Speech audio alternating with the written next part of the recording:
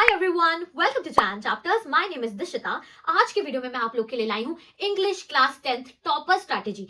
बिल्कुल भी टाइम नहीं रह गया है इंग्लिश के बोर्ड एग्जाम को। स्टूडेंट्स बहुत टेंशन में है बोर्ड्स की वजह से, बट साथ ही साथ आप लोग इंग्लिश सब्जेक्ट को बहुत ज्यादा अंडर एस्टिमेट करते हो and I know most of you all are not even studying for it. आप लोग को लगता है लैंग्वेज सब्जेक्ट है, इजी है, हो जाएगा, बट ऐसा बिल्कुल नहीं होता है। इंग्लिश बहुत इंपॉर्टेंट सब्जेक्ट है, इसमें 100 on 100 लाना तो वैसे भी मुश्किल होता है, बट अभी भी आपने ढंग से पढ़ाई नहीं करी तो आपका अच्छे मार्क्स लाना भी बहुत मुश्किल हो जाएगा। इसलिए आज मैं आपके लिए एक अमेजिंग सी स्ट्रैटेजी लाई हूं कि जितना भी टाइम हमारे पास बचा है हम कैसे मैक्सिमम मार्क्स उसमें ला सकते हैं। And as you all might know, मेरे 97 आए थे on 100 in English and I scored 99.12% in class 10th board exams. तो ट्रस्ट मी, ये बहुत अमेजिंग स्ट्रैटेजी है एंड इस पूरे वीडियो में मैं आपको सब कुछ क्लियर कर दूंगी। सारे तीनों सेक्शन के बारे में आपको बता दूंगी कि आपको अब लास्ट मिनट कैसे प्रिपरेशन करनी है, कैसे स्ट्रैटेजी करनी है।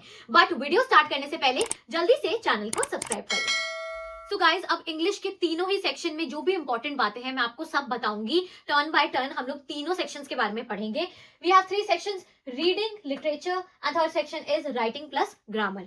सबसे पहले रीडिंग के बारे में बात कर लेते हैं। सबसे इंपॉर्टेंट चीज इसमें यह है दैट आपको जो भी अनसीन पैसेज मिलेगा या अनसीन पोएम मिलेगी उसके आपको सबसे पहले क्वेश्चंस रीड कर लेने हैं। आपको सबसे पहले 15 मिनट्स का रीडिंग टाइम मिलता है, उसमें आपको क्वेश्चंस रीड करने हैं। सबसे पहले पैसेज पढ़ने नहीं बैठ जाना, पहले तीनों के जो भी आपके पास ऑप्शंस है उसके क्वेश्चंस रीड करो। उससे बहुत आइडिया मिलता है कि आपको कौन सा वाला क्वेश्चन अटेम्प्ट करना है, कौन सा वाला अनसीन पैसेज करना है।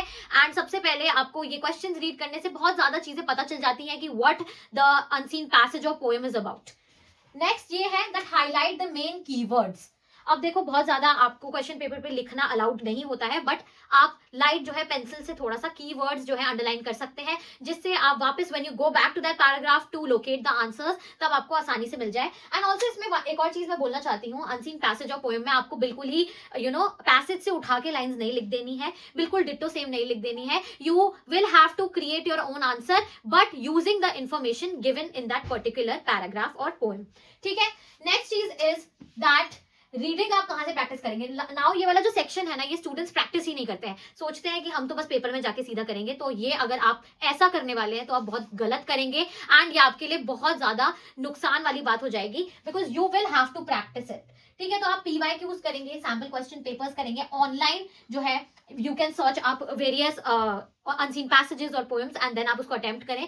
क्वेश्चन पेपर्स करना बहुत इंपॉर्टेंट है एंड क्वेश्चन पेपर्स में रीडिंग वाला पार्ट फुल अटेम्प्ट करना इज रियली इंपॉर्टेंट। आप लिख लिख के अटेम्प्ट करो and get it checked by your teacher. ठीक है। तो प्रैक्टिस करे बिना बिल्कुल मत जाना रीडिंग, बहुत परेशान हो जाओगे। मैं बहुत ज्यादा परेशान हुई थी क्योंकि मेरी रीडिंग की प्रैक्टिस बहुत कम थी। ठीक है। नेक्स्ट हम राइटिंग सेक्शन पे आ जाते हैं। Format is the main thing in writing section. Now आप लोग क्या करते हैं, यूजुअली सारे स्टूडेंट्स क्या करते हैं कि वो जो भी लेटर का फॉर्मेट है या नोटिस का फॉर्मेट है, डायरी एंट्री का फॉर्मेट है, ये सारी चीजों का फॉर्मेट वो बस 10-15 मिनट पहले पेपर से देख लेते हैं एंड फिर चले जाते हैं without any question practice and without properly understanding the format. फिर जाकर जो है आप हौच पौच कर देते हैं एग्जाम में। तो ऐसा बिल्कुल नहीं करना है। फॉर्मेट तो आपको फ्री नंबर देता है। फॉर्मेट के नंबर अगर आप पूरी तरीके से आपको फॉर्मेट आता है तो आपको फुल नंबर मिल ही जाते हैं फॉर्मेट के लिए एटलीस्ट, चाहे आपका कॉन्टेंट फिर जैसा भी हो। तो इसलिए मैं कह रही हूं फॉर्मेट को अच्छे से लर्न करके जाना ताकि आप एग्जाम में कंफ्यूज ना हो जाए। ठीक है। तो it is very important and last में आपको सिर्फ पढ़ के नहीं जाना है। ठीक है। Very very important. And then next is practice all kind of writing वाले क्वेश्चंस। ठीक है। Now you have notice you have various type of letters, informal, formal, सारे टाइप के लेटर्स हैं आपके एंड देन रिपोर्ट राइटिंग वगैरह है आपकी। बट आप क्या करते हो, आप सिर्फ कुछ 1-2 पर्टिकुलर करके चले जाते हो एंड आपको लगता है कि यार 1-2 ही तो अटेम्प्ट करने हैं, इसमें से सारे तो नहीं करने होंगे, तो आप वो चीजें जो है आप सारे करके नहीं जाते हो। तो इसलिए इट इज रियली इंपॉर्टेंट कि आप हर टाइप के राइटिंग वाले क्वेश्चंस अटेम्प्ट करें एंड प्रैक्टिस करके जाए, whether it be notice, letter, सारे टाइप के लेटर आपको प्रैक्टिस करके जाने हैं, चाहे आप एग्जाम में कोई भी अटेम्प्ट करें। क्योंकि ऐसा बहुत बार आ जाता है क्वेश्चन में कि राइटिंग में ही 2 टाइप के लेटर्स ही आ गए या नोटिस 2 टाइप के आ गए, तो क्या करोगे उस टाइम पे। तो इसलिए it is really really important कि आप सारे टाइप के क्वेश्चंस करके जाएं। Next is before writing you will have to plan for 2 minutes. Now it is very important. हम लोग क्या करते हैं, हम कोई लेटर का क्वेश्चन पढ़ते हैं या नोटिस का क्वेश्चन पढ़ते हैं and then without even thinking हम बस लिखने बैठ जाते हैं, क्योंकि हमें जो है एग्जाम में इतना स्ट्रेस होता है एंड टाइम की कमी भी होती है, जिसकी वजह से आप जल्दी जल्दी बस लिखने लगते हो. बट ऐसा बिल्कुल नहीं करना है. इसलिए तो मैं आपको ये पूरी स्ट्रैटेजी बता रही हूँ ताकि आपके पास चीजों के लिए टाइम रहे. आपको टाइमली भी क्वेश्चंस अटेम्प्ट करने हैं, आपको सिर्फ पेपर करके नहीं आ जाना है, आपको टाइमली क्वेश्चंस अटेम्प्ट करने हैं. तो इस तरीके से आपको सेक्शंस को अटेम्प्ट करना पड़ेगा कि एटलीस्ट आपके पास 2 मिनट हो क्वेश्चन में देखने के लिए, समझने के लिए कि यार मैं क्या लिखूं. You will have to plan. पहले आपको प्लान करना पड़ेगा कि अच्छा मेरे को नोटिस लिखना है तो मुझे इसमें क्या क्या कंटेंट डालना है. 2 मिनट जरा दिमाग लगाओ एंड फिर आप लिखने बैठोगे ना तो आप बहुत जल्दी लिख पाओगे एंड आपका टाइम वेस्ट नहीं होगा. एंड जो कटिंग्स हो जाती है ना कि आपने कुछ लिखा फिर क्रॉस कर रहे हो, फिर उससे जो पेपर की प्रेजेंटेशन है वो बिगड़ जाती है, वो चीज नहीं होगी अगर आप 2 मिनट पहले अपने माइंड में प्लान कर लेंगे. नेक्स्ट इज ज्यादा लिखने से ज्यादा मार्क्स नहीं मिलेंगे. Really important. बच्चों को लगता है कि इंग्लिश में खासकर लंबे आंसर्स लिख देंगे या नोटिस बहुत लंबा लिख देंगे, लेटर बहुत लंबा लिख देंगे तो ज्यादा मार्क्स मिल जाएंगे. ऐसा कुछ नहीं होता है. You will have to stick to the word limit. जितनी वर्ड लिमिट क्वेश्चन में मेंशन्ड है उससे ज्यादा मत करना. ट्रस्ट मी, उससे ज्यादा नंबर नहीं मिलते हैं, प्लस आपका टाइम और वेस्ट होता है. ठीक है. Simple vocabulary. Now you will not use very complex words, या आपको बहुत ज्यादा ही बुकिश लैंग्वेज यूज नहीं करनी, बहुत ज्यादा मुश्किल वर्ड्स यूज नहीं करने की जरूरत है राइटिंग सेक्शन में. बट आपको जो है एक फॉर्मल लैंग्वेज में लिखना है. अपने थोड़ी वोकैबुलरी इंप्रूव जरूर करें, बट आपको सिंपल ही रखनी है वोकैबुलरी. ये नहीं कि आप बहुत ज्यादा कॉम्प्लेक्स वर्ड्स का उपयोग कर रहे हैं. नेक्स्ट आ जाते हैं ग्रामर के लिए. नाउ ग्रामर के लिए स्टूडेंट्स बहुत कंफ्यूज होते हैं कि दीदी कहां से प्रैक्टिस करें. तो सबसे इंपॉर्टेंट आपको सबसे पहले क्या करना है, ग्रामर का जो भी टॉपिक आपके सिलेबस में है सबसे पहले आप जाएंगे यूट्यूब पे, उसकी एक्सप्लेनेशन वीडियो देखो. एक्सप्लेनेशन वीडियो के साथ बहुत जगह एग्जाम्पल्स के साथ एक्सप्लेन भी किया जाता है. देन सबसे पहले आपको जाना है कोई भी ऑनलाइन सोर्सेज पे एंड आपको सर्च कर लेना है कि इस टॉपिक के आपको एमसीक्यूज चाहिए. एंड या तो आप चैट जीपीटी से निकाल लो, कोई भी प्लेटफॉर्म से आप निकाल सकते हैं. गूगल पे सर्च कर लो, बहुत सारी वेबसाइट पे बहुत सारे एमसीक्यूज अवेलेबल होते हैं, उसको पहले अटेम्प्ट करो. फिर आप पीवाईक्यूज करेंगे एंड सैंपल क्वेश्चन पेपर से भी प्रैक्टिस करेंगे. इस तरीके से आपका ग्रामर का सेक्शन कंप्लीट हो जाएगा, पक्का हो जाएगा. ग्रामर बहुत इजी सेक्शन होता है, बट प्रैक्टिस नहीं करके जाओगे देन अगेन वही एग्जाम में आपको बहुत ज्यादा कंफ्यूजन हो जाएगी. ठीक है. Next is literature section. Now as you all know literature का सबसे ज्यादा वेटेज है. ठीक है. 40 मार्क्स लिटरेचर का ही वेटेज है. नाउ अब इसको हम कैसे करेंगे, क्या सारी इंपॉर्टेंट चीजें हैं. Number 1, NCERT you will have to do line by line. Yes guys, English के चैप्टर्स इंटरेस्टिंग भी हैं, बहुत ज्यादा लंबे भी नहीं हैं, तो आपको लाइन बाय लाइन रीडिंग करनी है. एंड ऐसा नहीं है कि आप पूरे दिन एक ही चैप्टर लेके बैठे हैं. ट्रस्ट मी, मैंने ये गलती करी थी. मैं बहुत स्लो करती थी, मैं बहुत स्लोली सारी चीजें करती थी, जिसकी वजह से इंग्लिश तक का चैप्टर मुझे एक एक करने में बस 3-4 घंटे लग जाते थे. आपको ऐसा बिल्कुल नहीं करना है. क्विक रीडिंग करनी है, बट अच्छे से समझ के रीडिंग करनी है. उसमें भी अच्छे से आपको मार्क करते जानी है चीजें. एंड साइड में ना इंग्लिश की बुक में आपके इंपॉर्टेंट वर्ड्स या ग्लॉसरी में आपके वर्ड्स दिए होते हैं, उसकी मीनिंग्स भी आपको समझते जाने हैं. इट इज रियली इंपॉर्टेंट आप लाइन बाय लाइन चीजें पढ़ें. You should know the story. And also you just don't have to read. सिर्फ आपको रीड नहीं करना है. You just मतलब ऐसा नहीं है कि आप बस रीडिंग मार के चले जाओगे. ट्रस्ट मी, उससे कुछ भी नहीं होगा. आपको चैप्टर भी पता होगा, आप उसकी समरी वीडियोस भी देख लेंगे, आप रीड भी करके चले जाएंगे, बट जब तक आप इन डेप्थ उस चीज को, उस चैप्टर को, उस पोम को नहीं समझेंगे तब आपको बहुत प्रॉब्लमेटिक हो जाएगा आपके लिए एग्जाम हॉल में, क्योंकि क्वेश्चन सीधे नहीं आएंगे. क्वेश्चंस बहुत ज्यादा कॉम्प्लेक्स वे में आएंगे, घुमा फिरा के आएंगे. ठीक है. सिंपल वाले वर्ड्स नहीं कि क्या हुआ था स्टोरी में, सिर्फ आपसे ये नहीं पूछ लेंगे, आपसे अलग अलग टाइप के क्वेश्चन पूछे जाएंगे, आपसे एक्सट्रैक्ट बेस्ड क्वेश्चन पूछे जाएंगे, जिसमें आपको कोई भी पैराग्राफ या कोई भी 2-3 लाइनें चैप्टर की दी जा सकती हैं एंड पूछा जा सकता है ये कौन से चैप्टर में से है, यहाँ पे क्या बात हो रही है. तो इसलिए लाइन बाय लाइन आपको पता होना चाहिए कि कौन से चैप्टर का पार्ट है ये. Then you should know the theme, message, story of every chapter, every point. ये बहुत ज्यादा इंपॉर्टेंट है, मतलब मैं मजाक नहीं कर रही हूँ. एंड मैं इसको बहुत सीरियसली इसलिए हाईलाइट कर रही हूँ क्योंकि ऐसे ही क्वेश्चंस आते हैं. मैसेज बता दो, समरी बता दो, थीम क्या है स्टोरी की, क्या बताया गया है पोम में, एवरीथिंग यू शुड नो. ठीक है. Important lines you should no. ठीक है. ये सारे. एंड ऑल्सो आपको डायरी एंट्री आ सकती है ना. Diary entry is officially not in your syllabus, but आपको डायरी एंट्री का फॉर्मेट बहुत अच्छे से याद होना चाहिए, क्योंकि बहुत सारे ऐसे क्वेश्चंस आ जाते हैं, नॉर्मल लिटरेचर के भी क्वेश्चंस आ जाते हैं, जिसमें आपसे बोल दिया जाता है कि ये कैरेक्टर है, right a diary entry for this character in this situation. ऐसे करके आपको क्वेश्चन आ जाता है. तो डायरी एंट्री का फॉर्मेट करना बिल्कुल मत भूलना. ऑल्सो मैंने जैसे आपको कहा, आपको सिर्फ चैप्टर रीड नहीं करना है, आपको समझना है, आपको सीन को समझना है, आपको हर एक कैरेक्टर, जो भी प्रोटैगनिस्ट है आपकी स्टोरी में, हर कैरेक्टर को समझना है, हर छोटी पोएम की हर छोटी लाइन को, कि हर लाइन में क्या एक्सप्लेन करा जा रहा है. ये सारी चीजें आपको पता होनी चाहिए. Try to connect with the character of the story. ठीक है. एंड ऑल्सो क्या क्या किस सीन में हो रहा है ये भी आपको पता होना चाहिए। आपको एक ऑर्डर में चीजें पता होनी चाहिए कि किस तरीके से स्टोरी शुरू हुई थी, कहाँ एंड हो रही है, मिडिल पार्ट में क्या हुआ है, एवरीथिंग। ठीक है, and you should remember the author's. बहुत स्टूडेंट्स बोलते हैं ऑथर्स करके जाए कि नहीं, आपको ऑथर पोएट जो भी है आपको याद करके जाने हैं, क्वेश्चंस आते हैं।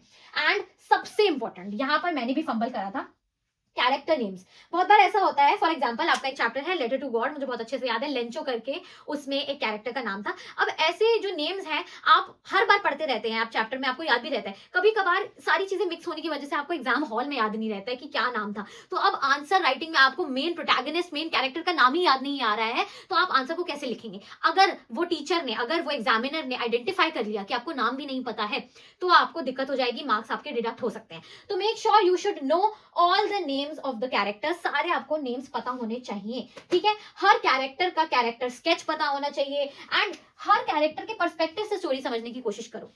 ठीक है, कि हर जो भी प्रोटैगनिस्ट है, एन फ्रैंक है, उसका क्या क्या पर्सपेक्टिव है, आपको हर चीज समझनी है। ठीक है, बेसिकली आप यहाँ सिर्फ एक चैप्टर को रीड नहीं कर रहे हैं, आप अंदर तक समझ रहे हैं। अगर आप आगे इंग्लिश ऑनर्स करेंगे, आगे कुछ भी आगे इंग्लिश को परस्यू करेंगे, तब आपको बहुत अच्छे से समझना पड़ेगा हर एक कैरेक्टर को, हर एक स्टोरी को, एंड यहीं से आपका बेस बिल्ड होगा। नेक्स्ट इज पोएम्स के बारे में। You should know all the literary devices. Now literary devices क्या क्या है, आप एक बार जो है इस पे वीडियो देख सकते हैं, या मैं भी इस पे एक वीडियो बना दूंगी आपके लिए, कल ही वीडियो बना दूंगी। ठीक है, लिटरेरी डिवाइसेस क्या क्या है हमारे पास, एवरीथिंग, उसके एग्जांपल्स भी देख लेंगे, वो आपको अच्छे से देख के जाना है, हर लाइन में, हर पोएम में आइडेंटिफाई करते जाना है, क्योंकि हर दूसरी लाइन में पोएम की कोई ना कोई लिटरेरी डिवाइस यूज होता ही है, तो आपको इसलिए सब पता होना चाहिए, एमसीक्यूज में आता है। Then you should structure your answer. Answer को स्ट्रक्चर में लिखना बहुत इंपॉर्टेंट है। कोई भी सिंगल पैराग्राफ में आंसर नहीं लिखेगा, क्योंकि एग्जामिनर के पास बहुत सारी कॉपीज है चेक करने के लिए, वो सिर्फ आपकी कॉपी चेक नहीं कर रहा है, वो क्लीन नीट पेपर चेक करना चाहता है। वो चाहता है कि ऐसा पेपर चेक करे जिसमें अच्छे से चीजें हाईलाइट हो, कीवर्ड हाईलाइट हो, एंड उसी को वो अच्छे नंबर देगा। एग्जामिनर अच्छे नंबर भी उनको ही देगा, तो that's why you should structure your answer. आप इंट्रो करें, मेन पार्ट लिखे, देन कंक्लूजन करें, डिफरेंट पैराग्राफ्स में आंसर को डिवाइड करें। ऐसा नहीं है कि आप इतना लंबा आंसर 150 वर्ड का, 200 वर्ड्स का आप एक ही पैराग्राफ में लिखे जा रहे हैं, खिचड़ी बना दिया आपने, ऐसा आपको बिल्कुल नहीं करना है। ठीक है, and then for literature part also very important, sample question papers आपको लिखकर अच्छे से 3 घंटे बैठकर ही आपको पूरा पूरा पेपर लगाना है। लिटरेचर के भी सारे क्वेश्चंस आप लिखकर अटेम्प्ट करेंगे। अभी ऐसा कोई भी टाइम नहीं है कि आप भाई बिल्कुल भी कोताही करें, अभी आपके पास टाइम कम है। अगर आपने question paper, sample question paper नहीं करे हैं, तब भी आप ट्राई करें, एटलीस्ट आप एक पेपर तो अच्छे से सॉल्व करके जाएं, एंड जल्दी से उसको चेक करा लो अपनी टीचर से, जो भी आपके टीचर है। ठीक है, गेट इट मार्क्ड, उससे आपको बहुत आइडिया मिल जाएगा कि आपके कितने नंबर बन रहे हैं। Next is add phrases, keywords. यही सेम चीज मैंने बोली कि एग्जामिनर क्या देख रहा है कि क्लीन कितना है पेपर, प्रेजेंटेबल कितना है पेपर, तो आपको कीवर्ड्स ऐड करने हैं। मेक श्योर लास्ट के 15 मिनट बचाओ, ताकि हर चीज को वापस से गो थ्रू कर सको एंड अंडरलाइन कर सको। ट्रस्ट मी, मेरे साथ बहुत प्रॉब्लम होती थी ये, बिकॉज आई रिमेंबर मेरे इंग्लिश के पेपर में भी इतना लेंदी कर देती थी पेपर, मैं जानबूझ के ज्यादा ही लंबा लिख देती थी, विच इज रॉन्ग, मैंने आपको पहले भी बताया है। तो इसलिए आपको बहुत ज्यादा लेंदी नहीं करना है पेपर को, एंड वर्ड लिमिट पे स्टिक रहना है। आपको पता होना चाहिए कितने मार्क्स के लिए आपको कितना लिखना है, एंड उससे ज्यादा आप नहीं लिखेंगे। लास्ट में 15 मिनट बचाएंगे चेक करने के लिए एंड हाईलाइट करने के लिए कीवर्ड्स। अब कुछ एड ऑन टिप्स भी मैं आपको बता दूं। नंबर 1 पे we have don't learn answers but try to frame it. It's very important guys. अब आपके पास टाइम बहुत कम है, अगर आपकी तैयारी अच्छी नहीं है तो अभी टाइम ये नहीं है कि आप लोग लाइन बाय लाइन आंसर्स याद करेंगे, क्वेश्चंस के आंसर्स आप जो है एकदम वर्ड टू वर्ड याद करेंगे अपनी कॉपी से, ऐसा आप बिल्कुल नहीं कर पाएंगे। लेंदी है, सिलेबस बहुत ज्यादा है, इसलिए आपको फ्रेम करना आना चाहिए क्वेश्चंस। एंड फ्रेम कैसे कर पाओगे? जब आपके पास अच्छी एंड सही अंडरस्टैंडिंग होगी चैप्टर की या पोम की, हर चीज की आपको बहुत अच्छी 100% आपके पास नॉलेज होनी चाहिए एंड अंडरस्टैंडिंग होनी चाहिए, आसानी से आप फ्रेम कर पाएंगे आंसर्स। ठीक है, तो आपको वर्ड टू वर्ड याद नहीं करना है। Then next is time management. मैंने पहले भी बोल दिया था, time management is really important. English के एग्जाम में बहुत ज्यादा लास्ट के टाइम पे 1-1.5 घंटे में तो आप इतना ज्यादा जल्दबाजी करते हो कि आप छोटे छोटे आंसर्स हो जाते हैं आपके, मतलब वर्ड लिमिट से भी छोटे हो जाते हैं, हैंड राइटिंग बहुत गंदी हो जाती है, स्पेलिंग मिस्टेक्स होती है। तो मेक श्योर आप ये सारी चीजें टाइम की कमी से ना करें, इसलिए टाइम मैनेजमेंट बहुत इंपॉर्टेंट है। तीनों सेक्शन में टाइम इक्वली डिवाइड करना इज रियली इंपॉर्टेंट। ठीक है, don't waste your reading time. Reading time is very important. Now half of the students reading time में से पैसेज रीड करने में निकाल देते हैं, कुछ बच्चे तो मतलब पेपर मिलते ही पैसेज या पोम रीड करने लग जाते हैं, बट आपको ऐसा बिल्कुल नहीं करना है। आपको 2-3 मिनट तो अच्छे से पेपर को गो थ्रू करना है। एंड सबसे पहले तो आपको पेपर स्टार्ट ही उस सेक्शन से करना है जहां से आपको सबसे ज्यादा कॉन्फिडेंस दिख रहा है, आपको लग रहा है कि जिसमें you feel the most confident in, वहां से आपको स्टार्ट करना है पेपर। एंड सारा टाइम सिर्फ पैसेज पे वेस्ट नहीं कर देना है, पहले पूरा पेपर देखो। अगर आपको लगता है आप रीडिंग सेक्शन से स्टार्ट करना चाहते हो, फिर आपको रीडिंग सेक्शन पे आपको अनसीन वाली चीजें रीड करनी है। पूरा 15 मिनट आपको सिर्फ उसमें ही वेस्ट नहीं कर देना है, पहले पूरा पेपर देख लेना। Next is to know the summary. For every chapter you should know the summary. At least आपको समरी तो पता होनी चाहिए, बहुत बार सिर्फ समरी भी पूछ लेते हैं, तो पूरा सार, जिसे हम सार कहते हैं, पूरा आपको सार पता होना चाहिए चैप्टर का। Next is use mature vocabulary. ना मैंने आपको पहले भी कहा, बहुत ज्यादा कॉम्प्लेक्स वोकैबुलरी से बहुत ज्यादा डिफरेंट होती है मैच्योर वोकैबुलरी। मैच्योर वोकैबुलरी मतलब हम बहुत ज्यादा कॉम्प्लेक्स बुकिश वर्ड्स भी यूज नहीं कर रहे हैं, बट हम अपने वर्ड्स को थोड़ा सा रिफाइन तरीके से यूज कर रहे हैं। फॉर एग्जाम्पल, आप कहीं पे बिग लिखना चाहते हैं, बिग के बजाय आप एनॉर्मस लिख सकते हैं, ठीक है। इस तरीके से आपने अपनी वोकैबुलरी को रिफाइन कर दिया हो, ठीक है। Next is order, very very important. सबसे ज्यादा प्रॉब्लम तो यही होती है स्टूडेंट्स को कि यार दीदी हम कहां से शुरू करें एग्जाम, रीडिंग सेक्शन से, राइटिंग सेक्शन से, लिटरेचर से, कहां से। तो गाइज ये ना एक बहुत स्पेसिफिक चीज है, ये आप पे डिपेंड करता है आप कहां से शुरू करना चाहते हैं। मैंने पहले भी बोला, जहां पर आपको लगता है you feel the most confident in, आपको जो सबसे अच्छे से आता है आप वो। कभी कभार हमें लगता है हम लिटरेचर, हमारी लिटरेचर की प्रिपरेशन बहुत अच्छी है, बट आपको पहले पेपर गो थ्रू करना है। एंड अगर आपको लग रहा है लिटरेचर के क्वेश्चन आपको नहीं आ रहे या थोड़े डिफिकल्ट है, तो आप किसी और सेक्शन से शुरू कर सकते हैं। तो आपको कौन सा सेक्शन शुरू करना है ये तो आपको जो है पेपर को रीड करने के बाद ही पता चलेगा। एंड हो सकता है आप जिसमें सबसे ज्यादा कॉन्फिडेंट फील करें आप वहीं से शुरुआत करें, एंड पेपर में भी आपको वहीं पे सबसे ज्यादा कॉन्फिडेंट फील हो। तो सबसे पहले पेपर को गो थ्रू करना बहुत इंपॉर्टेंट है। बट अगर मुझे एक ऑर्डर आप लोगों को बताना पड़े कि आपको कैसे शुरू करना चाहिए, तो मेरा ऑर्डर रहा था वो मैं आपको बता देती हूँ। मैं अपना पेपर लिटरेचर सेक्शन से शुरू करती थी, ठीक है। पहले मैं लिटरेचर कर ले, मेरी लिटरेचर बहुत ज्यादा स्ट्रॉन्ग थी, तो मैंने 40 मार्क्स, मतलब लिटरेचर के क्वेश्चंस करने के बाद तो ऐसा लगता था भाई आधा पेपर हो गया। तो इसलिए आप लिटरेचर से शुरू कर सकते हैं, क्योंकि रीडिंग में बच्चे बहुत ज्यादा टाइम वेस्ट कर देते हैं, जिससे बाद में उनके आंसर्स बहुत शॉर्ट हो जाते हैं, या उनको बहुत ही जल्दबाजी में राइटिंग सेक्शन के आंसर्स लिखने होते हैं, या आंसर राइटिंग लिटरेचर में लिखनी होती है, जिसकी वजह से बहुत ज्यादा आंसर्स छोटे हो जाते हैं, क्लस्टर्ड हो जाते हैं, कंफ्यूज हो जाते हैं, वो दिखता है आपके पेपर में। इसलिए भी मैं हमेशा लिटरेचर से शुरू करती थी, फिर तसल्ली से राइटिंग सेक्शन के क्वेश्चंस करती थी, एंड बाद में रीडिंग सेक्शन के करती थी क्वेश्चंस। तो ये ऑर्डर आप फॉलो कर सकते हैं अगर आपको सूटेबल लगे, वरना जहां पर आप सबसे ज्यादा कॉन्फिडेंट फील करें आपको वो सेक्शन करना चाहिए। आई होप मैंने सब चीजें आपको बता दी हूं। इस तरीके से आपकी पॉसिबिलिटी बन सकती है कि आप बहुत अच्छे 95 प्लस मार्क्स स्कोर करें। अब 100 और 100 इंग्लिश में लाना थोड़ा मुश्किल है बिकॉज लैंग्वेज सब्जेक्ट है, बट आपके बहुत अच्छे 95 प्लस मार्क्स आ जाएंगे अगर आप ये स्ट्रैटेजी अच्छे से फॉलो कर लेंगे। आई होप सारी चीजें आपको क्लियर हो। कोई भी डाउट हो तो मेरे को कमेंट सेक्शन में जरूर पूछना। बाकी भी सब्जेक्ट्स की स्ट्रैटेजी बहुत जल्दी आ रही है। चैनल को सब्सक्राइब कर लो, लाइक कर दो इस वीडियो को, एंड शेयर कर दो अपने सारे दोस्तों के साथ। एंड हम मिलते हैं नेक्स्ट वीडियो में। Bye bye.